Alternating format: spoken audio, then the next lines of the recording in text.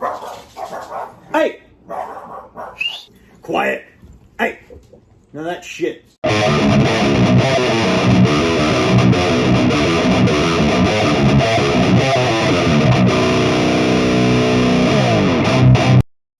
So guys, today we're going to talk about when I was in a metal band. I got into a metal band years ago. I think I was in that band for about 3 or 4 years. And this was right after I went to a stunt school and I came back home and I had a DUI, so I couldn't drive to go to LA to work. And I happened to be going to a lot of metal shows with these certain guys, and they just saw me as a insane person.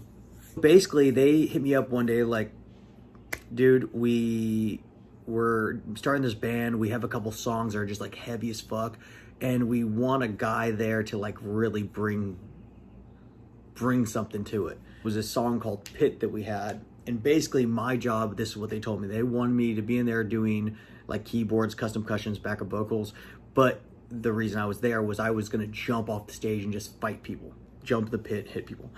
And so that's what I got brought in to do. We were practicing stuff, and I got a custom percussion, built the whole rig up, and then we had a metal oil tank on the side, so it had these big drum sound with the cling to it, and so it was just playing those the whole time. Then I did a little bit of keyboards. Most of the time I would just scream out stage and headbang a lot because I had hair like down to here at the time. I remember the first show we ever played, it was just exhilarating. I fucking loved it. We had no one in the crowd, but I was just going hard, and so it made sense why they wanted me, because I wasn't a very good musician. I was a performer. So we started playing shows all the time. We started getting bigger. We played a show at the Queen Mary, and if any of you guys been there, in the middle of the Queen Mary, it's got like 4 different levels. We were playing the main stage at the bottom floor at this certain time. What I ended up doing was I was the person who was like, oh, I have to go do crazier and crazier stuff. So I think I went up to the second story and I jumped off into the pit and almost shattered my foot. Almost got kicked out of the venue too, because the security guards did not like me doing that at all. We did another show where we played with the band OTEP, female vocalist, but we played with them, and it was at the Galaxy Theater in Santa Ana. And I did a stage dive. Well, I was actually just trying to jump into the pit, but the 6-foot tall dude got right in front of me, so I had to jump, lift up my Doc Marten, so I had to hit him in the head. And I fucking basically just dove straight down to the concrete, hit the ground, rolled over, and I was screaming into the mic on the floor, hitting people. Security guard pulled me out because I didn't have a shirt on, I guess.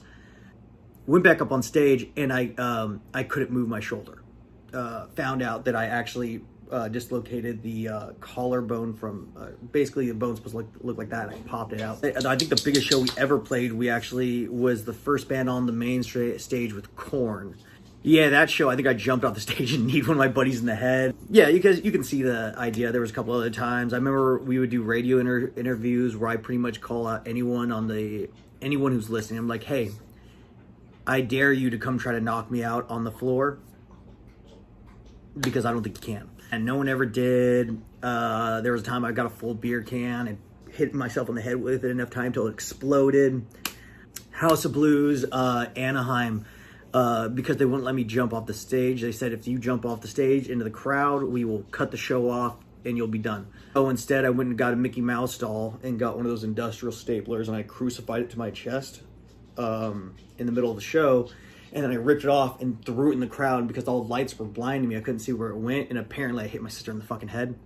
Funny. Just did a lot of crazy stuff, a lot of crazy antics. One time we were gonna play we were getting in line to get interviewed to play this big show, right? And so we're kind of like, oh, we gotta do something crazy. We want to make them sure they know that we're gonna mean business. So we all went, got signed in. Then we went and got a bunch of Adios Motherfuckers. If you guys don't know what that is, it's a drink that's just way too much alcohol for how cheap it is. We had a bunch of those, and me and the rhythm guitarist were standing there talking. Apparently the lead guitarist came by us and someone punched him in the face. And so he looked around and he was wondering what the fuck happened. Then he looked back and saw it was me, and I was just laughing. And then we all, as a group, went to another room where we were getting interviewed. And during this interview, apparently he was sitting across the table just steaming, just pissed off. And I'm just sitting there like, no. He goes across the table and just fucking punches me in the head. we were not in a great spot. And then I think the cops got called on us at one point. Either way, we got the show, so that was good. Woke up next day, and me and our lead guitarist both worked at separate Targets. So we both had these fierce black eyes for like 3 weeks. That was a fun time. Yeah. We would also do things on stage like, you know, usual stuff, downing half bottles of vodka, try to fight other band members. I remember we played a game called the Black Eye game, where it's basically I'd hold out my fist and you run at it, and then he'd hold out his fist and he'd run at mine, you know, stuff like that. You know, obviously band shit. And then it goes on to all the crazy stuff we did not on shows. One of the gnarlier ones I did was we were going to play a show where we were going to get signed. Everyone in the band's like, you need to go absolutely crazy. I was like, all right. Middle of the show, I pull out a knife and I fucking jam it in my arm and then cut right here. Honestly, at the time, I didn't think it was that deep. But then my arm went real cold for a second. I looked down and there's blood just gushed all over my arm. And I was like, oh shit. Licked the blood off, jumped in the crowd, beat up some people, jumped back on stage, finished the show out, taped it up. We got signed. That was the show we got signed. Then our drummer quit, and we kept having that problem for a while till I ended up just being like, okay, there's nothing going on with this thing. I ended up moving away for a little bit. They kicked me out of the band. So that was my time in a metal band. It was a lot of crazy shit we did. I wouldn't change it for anything because I had so much fun. I had so much fun going to shows and moshing all the time. It was not a healthy way to live, definitely, because I was drinking way too much. But goddamn, I had a great ride in that. Hopefully, one day I can play in shows again, because I just love being on stage and, you know, playing in front of people. Just being in a band, it was a lot tougher than I thought. You know, it's like you love playing the shows so much, but what really being in a band was to me was being in a relationship with what 1, 2, 3, 4. Like 6 people, and you're with these people all the time, and you fucking hate most of them. But it's like, that's like a 10% of like what I did. It's like most of the other time was nursing injuries, drinking heavily, like playing the same songs over and over and over and over. Jesus Christ, I played this song so fucking much. It's fun to do, but goddamn, man, that's a rough way to make a living, and especially because when you first start off in California, everything's pay to play. So they basically, what they'll do is they'll give you a bunch of tickets, and you have to sell them. It's like, you don't just get to go play shows free. They don't just pay you in California, or at least Southern California.